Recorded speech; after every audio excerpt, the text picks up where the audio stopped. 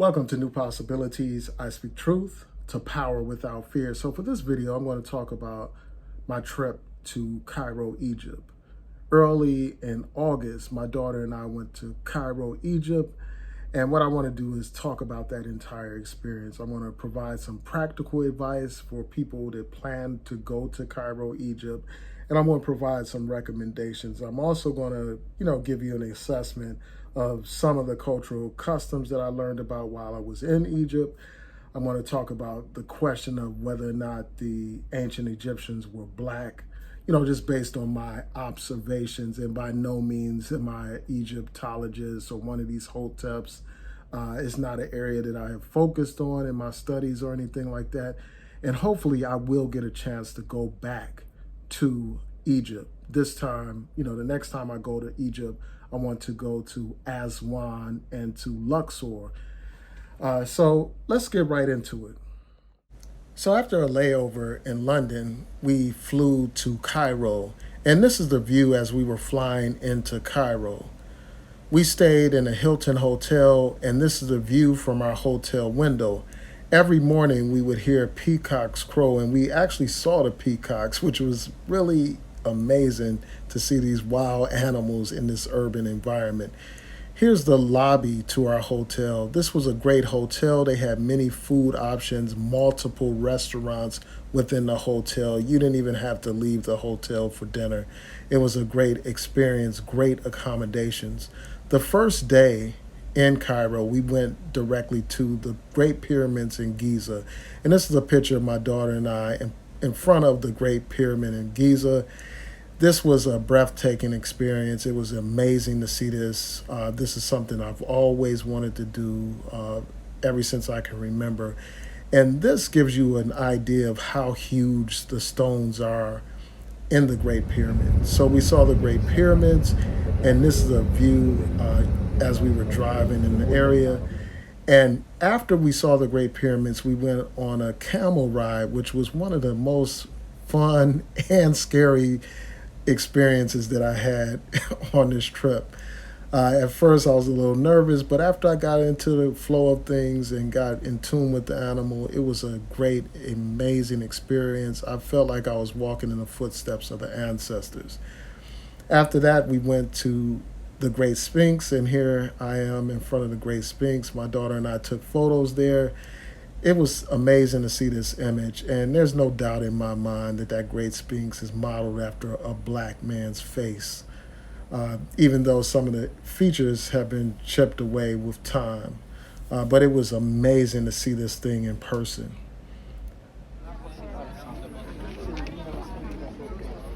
And here's a picture of my daughter and I looking at the Great Pyramid in Giza. And after that, we went to Saqqara, and we saw earlier pyramids that were built. And here's a picture of my daughter and I in front of that pyramid in Saqqara. We also visited some temples, and inside of the temples, you see these hieroglyphics that feature black people. So in my mind, the early Egyptians, without a doubt, were black people. Now, over time, there were different invaders that came there, so you have a multitude of different races of people that eventually would come to Egypt. Now, here's some footage of my daughter and I walking through a temple. I'm behind my daughter filming this as we were walking in. And here we are in Memphis, and this is a statue of Ramses II. This thing is monumental. It's great seeing this huge piece. And later I'm going to show you some video footage of me going around this piece to give you an idea of its scale. And this is my daughter and I in front of the piece. So here I am walking around this huge statue, this imposing and powerful statue of Ramses II.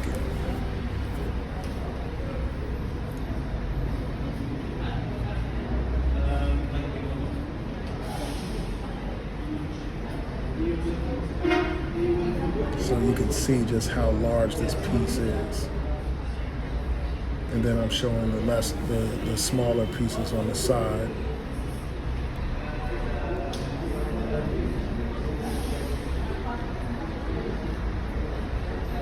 And here we are outside posing in front of other statues at Memphis. And after that, we had a great lunch, all these different types of food, falafel and different. And this is the following day. We were driving to the Egyptian museum, and we saw this monument dedicated to Anwar Sadat. So here's the actual Egyptian museum. This is the front of the museum. That's my daughter and I in front of the museum. And here are some of the pieces within the museum that we saw. One thing that you will not see in this video are photos of King Tut's mask and a lot of the artifacts from his tomb because they banned photography. They prevented people from taking photos within that place. But here's a photo of King Tut's throne, and that's another piece. That's a papyrus. And after that, the following day, we went to Old Cairo. So here we are driving through the streets of Old Cairo. And at the end of the video, I'll talk about the traffic situation in Cairo. But this is a bustling city. It reminds me of New York City in terms of the traffic and the volume of people. It is a very intense experience. So if you're somebody that's not used to big city life, it's going to take you a major adjustment going from a small city to Cairo, because it's a very bustling and fast-paced city. So here we are in the marketplace. This famous marketplace is the Khan El Khalili marketplace. And after we went to Old Cairo, we visited a spice shop. And here we are at the Hanging Church in Old Cairo. And, you could see us walking into the area. It was an amazing experience. And they say that Jesus and his family drank from a well within this church. So this is considered a holy site according to Coptic Christians and others. So it was great seeing this place. And this is another place that we went to in Old Cairo, the Muhammad Ali Mosque. And it's obviously not named after the boxer, but it's a mosque that was built many years ago. And this is the inside of the mosque. That's the minbar you just saw. This mosque is spectacular. I mean, it's just amazing to see this great architecture and this magnificent place of worship. It was absolutely amazing seeing all the artwork within this structure, the calligraphy, the lights, the lamps, and the courtyard is amazing as well. This is a magnificent place. It's amazing. I really enjoyed this experience. And this is the place that I always wanted to go to. There's a famous picture of Malcolm X in that particular mosque. And on another day during our trip, we went to the Museum of Egyptian Civilization. Now, this museum is different from the other one because it has a whole section with mummies in it. And that past picture you just saw was a picture of one of the coverings of the Kaaba in Mecca, Saudi Arabia, but they actually have the covering in the Egyptian Museum. And, these are additional monuments. Now, one of the days we went on a cruise on the Nile in the evening. This was a fun experience. It was so much fun. So here's the entertainment. You had a man dancing in a dervish type style, doing all kinds of stunts. It was great.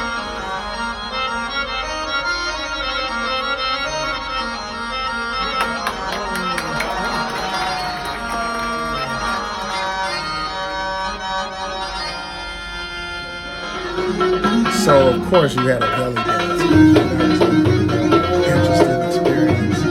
It's just really interesting seeing how people in Egypt are really conservative. They dress very modestly, but a lot of modestly dressed people were enjoying this type of entertainment. It was great to see. It was a lot of fun. and they had a full buffet with some great food. So this was a great experience. And I like listening to Egyptian music. I mean, it's catchy beats, and it's just amazing how, different people express themselves through song and dance. So this was a great cultural experience. And it's just something phenomenal actually being a place that you talk about and hear about forever, but to actually experience it.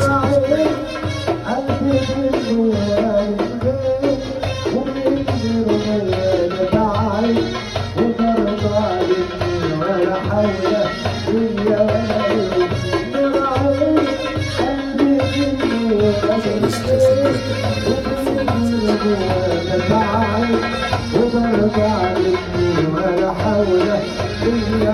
and afterwards we took some photos.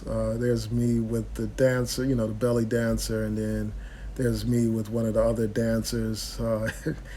It was something else. And then later we went on a food tour. Another day we went on a food tour. So we had breakfast, lunch, and dinner during this particular trip, and dessert. So we were eating an enormous amount of food, but we got to try so many different great Egyptian foods, and we got a chance to see the part of Cairo that many tourists don't get to see. We got to see the conditions of a regular market, not the market that I showed you earlier, but a regular market where regular, ordinary Egyptians go. And this food was really great. It was really great to experience Egyptian food and culture. And one of the things that I learned was that lunch is the biggest meal of the day in Egyptian culture. And, they're real traditional. So usually the woman is at home making the meals. So it was really interesting learning about that experience. And one of the things that I learned was that tour guides are educated. They have to go to college to become tour guides. And this is the dessert palette. Talking about a few other things dealing with this trip. I mean, first of all, I think it was well worth it. It was an amazing experience. And most of the people in Egypt are very friendly. They were very accommodating. Our tour guides were great. Most of them were amazing.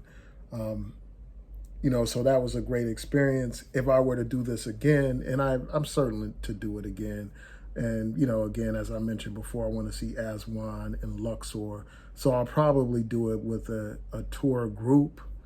The last time it was just cost prohibitive for me and my daughter to go on a tour guide. It would have cost, on a group tour, that would have cost like over $10,000, and that wasn't in my budget. So I decided to go on my own and do individual tour events. And I used Get Your Guide primarily, and one other app online as well to set up my various tours. And it went well. Most of the tour guides were excellent. I really enjoyed it. They were informative. They provided great information. For some of the trips, I just wish I had more time. Some of them felt a little rushed, especially the Great Pyramids. I wish I had more time, especially at the Sphinx. I wanted to spend more time just taking in that particular scene. And at first, my tour guide just thought we would be okay with just seeing the Sphinx from the car. But I was like, that's crazy. I got to get out of this car and actually see it in person. So when he asked, did you want to get out and see it? I'm like, absolutely. That's what we paid for. So again, that was a great experience actually seeing the Sphinx. So most of the tour guides were there, were great. One thing that I have to talk about is the traffic situation in Cairo. It's a major difference from traffic in the United States. First of all, most of the streets are like highways there. Most of the streets that we were driving on to the different destinations were primarily like highways. And so there were no traffic lights in Cairo. I didn't encounter one traffic light, one stop sign in that city. And it seemed as if there was no speed limit the way people were driving. Now, there was one section where they actually had cameras to take license plates and stuff like that. And that was the one area that I experienced where people were actually driving slow. So people are driving very fast, and there are no stop signs to regulate traffic.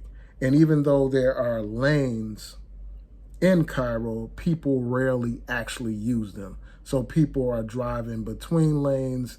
You also have people on motorcycles with no helmets on, driving between cars, in front of cars, cutting cars off. And people are literally driving bumper to bumper. They are inches within each other.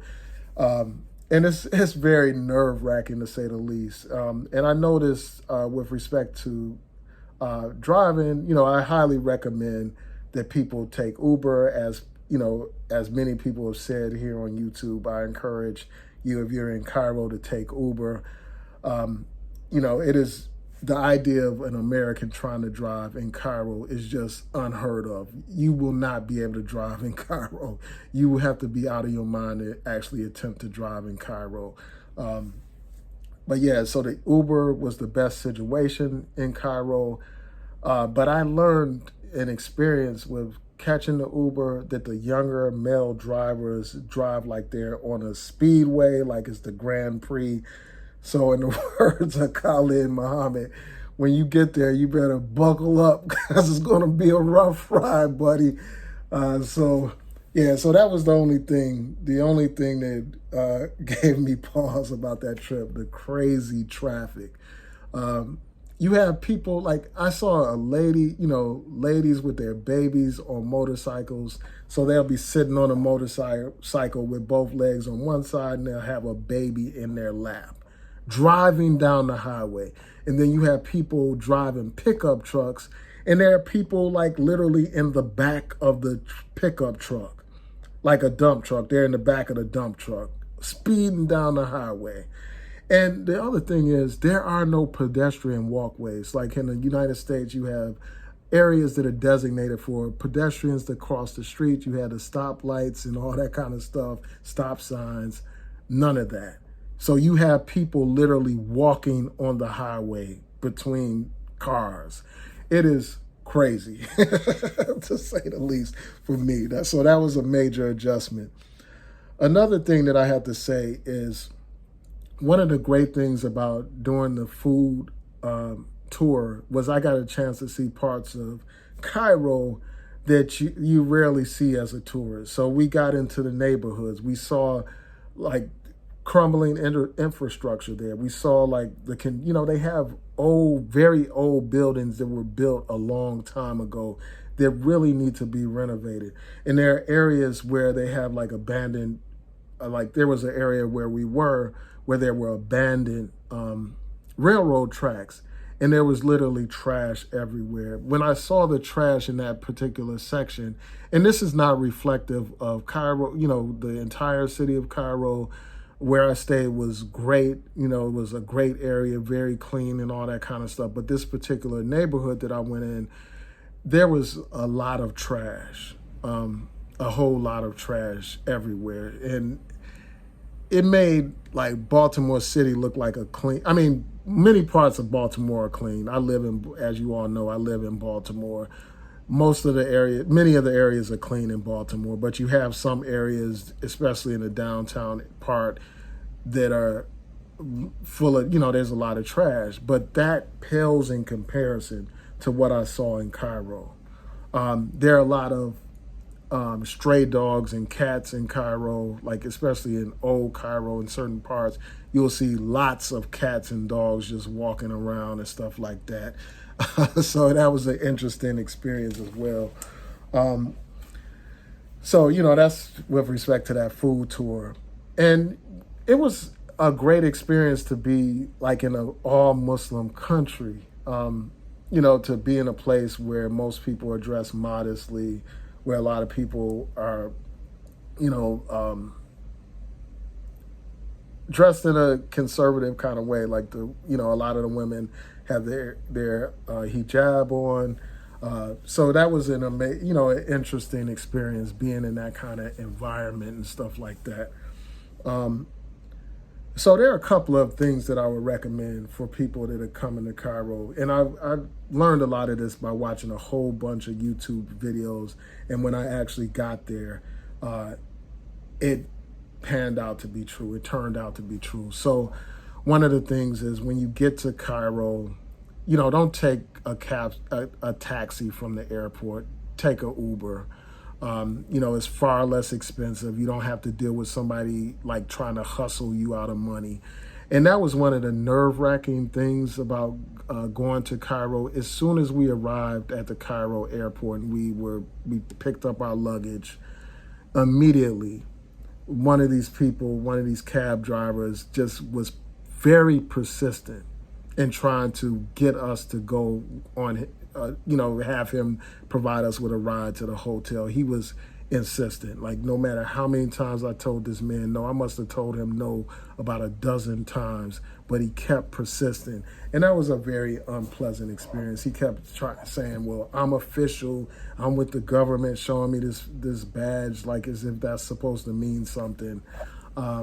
So I just ignored, I told him, no, we're going on Uber. And I just stood by that. And we took an Uber. But it was just very unsettling to be harassed as soon as I got to Cairo. So that was one of the few negative experiences that I had while I was there. And he was kind of trying to persuade me out of going on the Uber, basically making it seem like Ubers are unreliable and, not safe and all that kind of stuff. And that's far from the truth. Ubers are less expensive than the cabs in Cairo, and you don't have to worry about somebody telling you one price when you get in the cab and then giving you some inflated price once you get to your destination. So I'm glad that I didn't listen to that man and that I took an Uber, because it was only a very short ride from the hotel, didn't cost hardly much at all. So that was great. Another thing that I want to talk about is, if you're in Cairo, it's very important or Egypt, period. One of the things that you have to be aware of when you go to Egypt is that it's not really safe for you to drink the tap water there. So I highly recommend that you only drink bottled drinks, like bottled water or bottled soda. Don't drink tap water because you will get sick. And one of the mistakes that I made was that I went on the food tour, which was a great experience, but I made the mistake of actually drinking the local drinks. There were various types of drinks that they had during the tour, and I drank them. And I drank a lot of it, actually.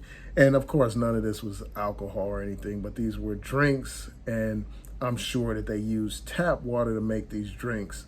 And it was very fun to try those different drinks. A lot of them were good, some of them were not good. One of the drinks in particular was a licorice drink, which really tasted awful. That was like one of the ones. And the guide warned us that drink would be nasty, and it actually was.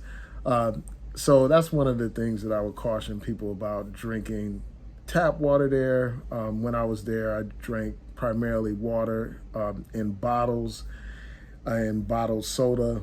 And I actually use bottled water for brushing my teeth. I use that for my toothbrush and to clean my toothbrush and to rinse with as well. I did not use tap water. So for the most part, I was cautious, but I did slip when I went on that food tour and had those local drinks. A day or so later, I began to get sick a little bit. My stomach was bothering me. And that's another thing that's very important. If you go to Egypt, you should bring some anti-diarrhea medicine and stuff like that. Hopefully you won't need it. But, especially if you follow the advice of not drinking anything with tap water in it, you should be fine. But yeah, I just had to let you all know about that particular issue as well. Again, do not drink the tap water. Drink bottled water. So, it was a great trip.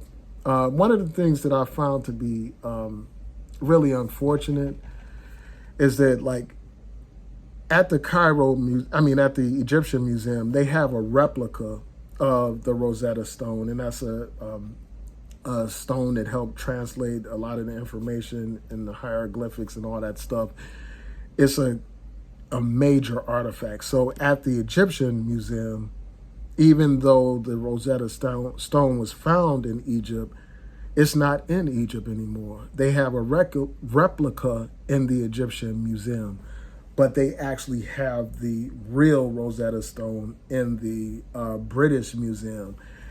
And I may do a separate video on the British Museum, but they have that. They have a lot of major Egyptian artifacts in the British Museum.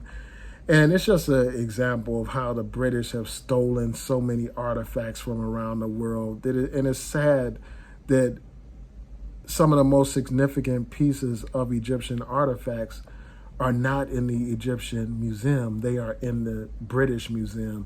And fortunately, I had a chance to go to the British Museum. We had a connecting flight on the way back from Cairo. So we had to stay in London for one day.